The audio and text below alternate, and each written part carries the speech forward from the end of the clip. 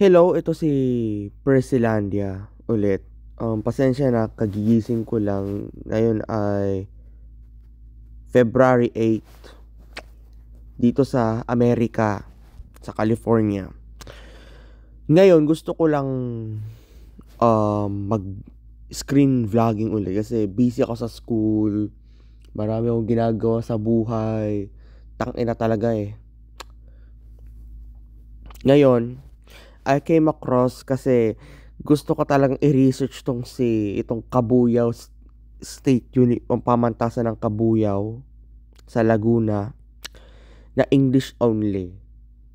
Marami akong opinion dito sa totoo lang eh. Sa totoo lang, nung bago ako mag-record dito, nire-research ko pa to, napamura talaga ako.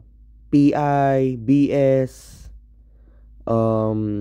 FU, STFU, shut the fuck up, ganun. Napamura ako. At the same time, parang naiiyak ako eh. Pasensya na, ganito ha. Shoutout kay Nico David, kay Panghe. Shoutout kay Panghe, okay? Sasakyan ko lang yung trip ni Panghe, ni Nico Panghe David. Shoutout sa MG. Out of context tayo, so let's go. Pinanood ko actually itong si Nico David kasi gusto ko malaman yung opinion talaga, pero hindi ko naman siya type na tao na magsalita. Itong University of Kabuyao, ang masasabi ko lang sa English speaking policy nila, nabasa ko yung itong nasa thumbnail ni MG, ni ND. In line of vision of developing globally competitive and world-class students. Ano ba kayo? International school? Pamantasan ng hipokrito kayo. Kung ganyan lang pala na English speaking policy kayo, dapat pinalitan nyo ng University of Kabuyao, hindi pamantasan ng Kabuyao. Gago pala kayo eh. It's now English speaking campus starting February 3, 2020. But February 4 nung dito ko sa Amerika nung nalaman ko to eh. All transaction engagement with officers, students, employees, and workers should be communicated in English, whether written or others. At ito pa, add insult to injury for strict compliance. Buisit.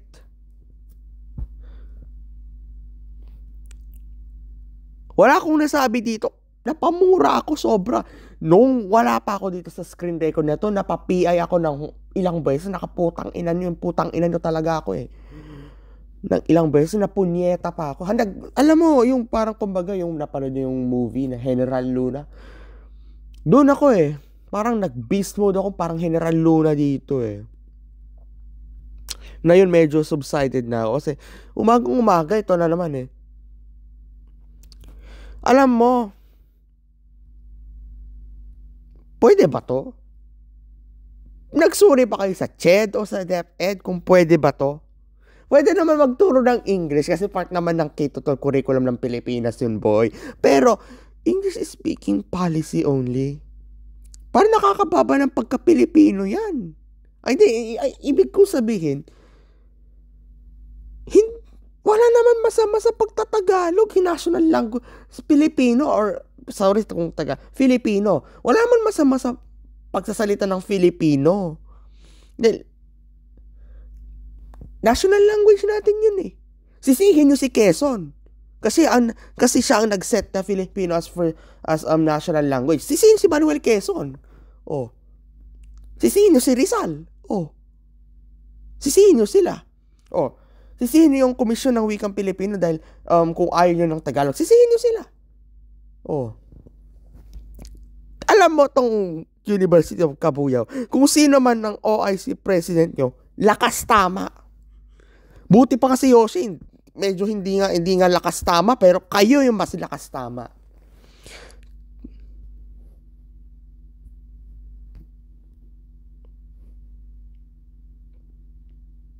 Sorry, chinek ko lang yung kung nagre-record ako. So, kayo yung lakas tama.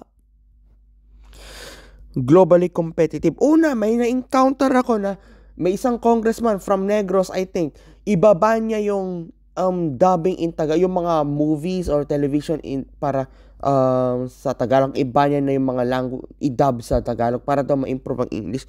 Unang-una, napaka-GAGO, nakagablip talaga na plano na yun. Lakas tama to eh. Epekto na nga naman.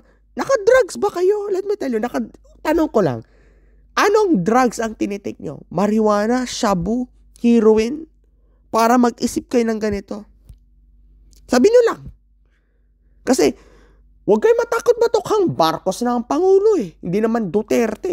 Speaking of Duterte, mai-impeach na si VP Sara. Wala na akong pakialam sa politika kasi gulong-gulo ng politika. Midterm election na naman, 2025. Marami na naman mga ewan-ewan na tatakbo. Oh.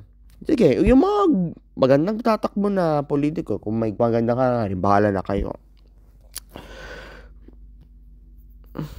Malito. Sobrang mali. Ang masasabi ko lang, English is speaking only. Ang cringe naman kung mag-English eh. Kung minsan, it's very cringe, kumbaga. O sige, ganito na lang. Ganito, sarcastic joke na lang to.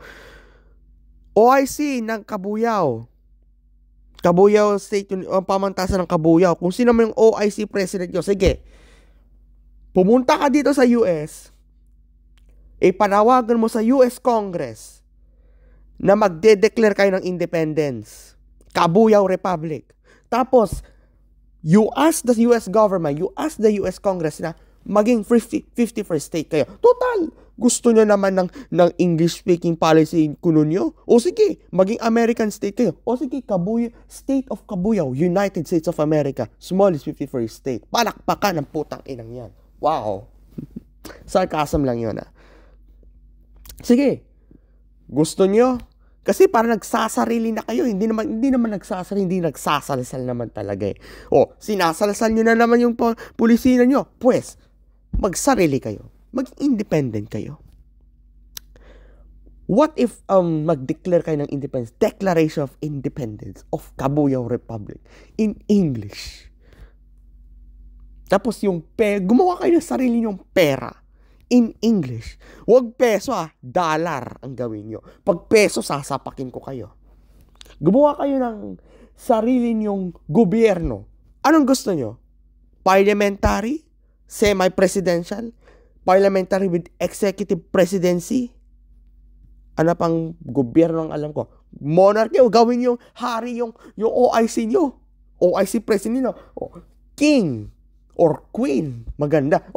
Queen and king. Pang UK. British type parliamentary constitutional monarchy. Mag-appoint kayo ng prime minister na kung i-appoint yung prime minister baloktot sa English, kasalanan na yun.